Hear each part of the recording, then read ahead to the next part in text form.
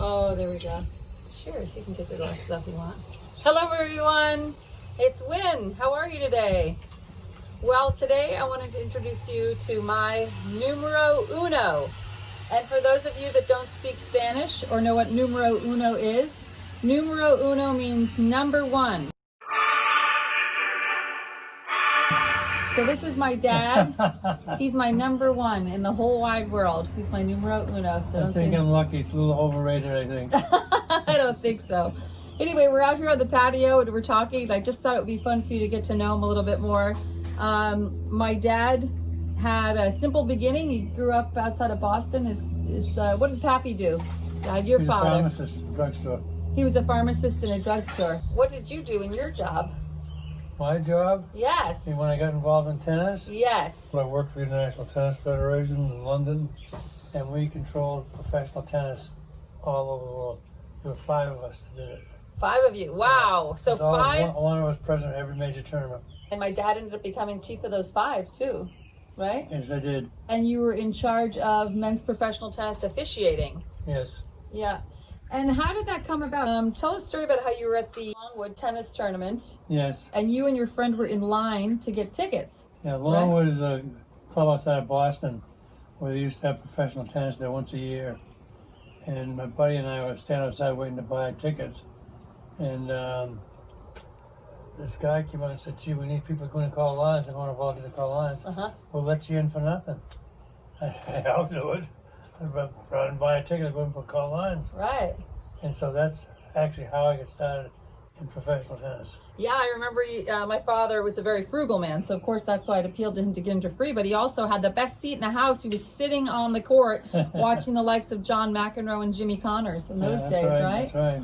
And I remember one of the things that you said. So after that, at the end of the day, the guy came out and he said, hey, you guys did a pretty good job. You want to do it again? And your friend said no, but what did you say? I'd love to. Yeah, you said come back tomorrow. Right, so he went back the next day. You got a t-shirt and a hot dog too. Remember that, take care of your people. One thing led to another, and I became involved in professional tennis. And back then it was very not organized at all.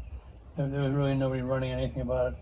And the powers that be said, we've got to stabilize it so that all the terms are run the same, all things are handled the same. Yeah. And we're going to start with you.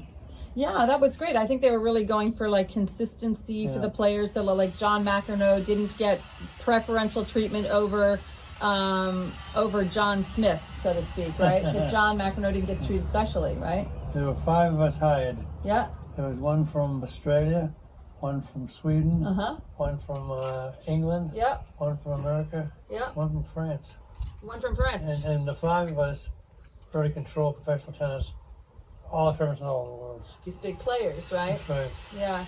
So, can you, speaking of McEnroe a few minutes ago, can you tell the story of how you were at the Australian Open and you kicked him out of the Australian Open? McEnroe was playing, I can't remember who was playing, but it didn't matter.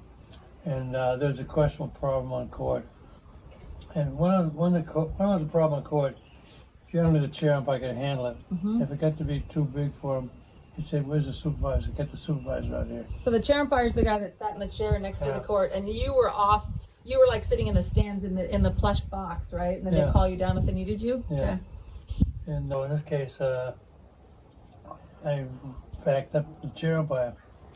You supported him. You said the call stands, right? You said it stands. That's it, McEnroe. You were out of luck. You got the point.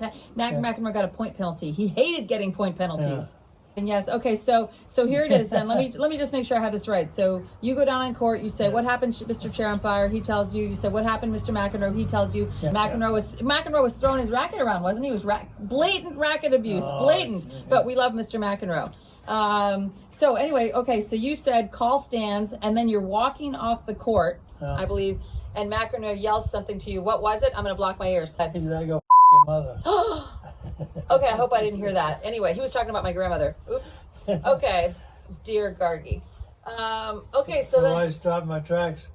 I said, did you hear that? The chairman said, yes, it is. Default, and the match is over. Wow. And you defaulted John McEnroe from the Australian Open, one of the 4 Grand Slams. That's like the Super Bowl. And he was, I can't remember if he was number 1 seeded or number 2, but he's one of the top players in the tournament. Yeah, 1 or 2, right. And default, the match is over.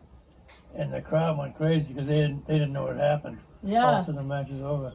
And actually, when I called and when I said the defaulted, he added a few choice words. He did after that too. Oh my gosh. Okay. So there was, I believe that death threats started coming in for the chair umpire after that, because thankfully for our family, people didn't know that you were the one that was responsible for making that decision. This was back in something or other, 19 something or other. So what happened after that? My recollection is that you were then, and you were nervous because, you know, as a judge, he gets judged on the judgments that he makes. So I mean, if the board of directors of tennis doesn't like the way you rule, they could effectively fire you for not having good judgment. Right? Good, yeah. But thankfully you had very sound judgment, and in fact there was someone else who agreed with your judgment that you never would have thought would have agreed with it, and that was McEnroe's father. McEnroe's father, who was a heavy hitter attorney.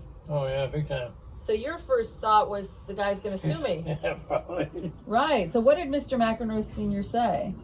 I want to tell you one thing, Kendall. I said, oh geez, here we go. He said, yes, what's that? I said, it's the best call you ever made. Thank you. Woo! The best call you ever made. Yeah. Amazing. Well, you know, you stuck to your principles, right? You stuck to the Well, rules yeah, of tennis. Australian Open is one of the 4 Grand Slam events. That's right. One of the biggest tournaments in the world.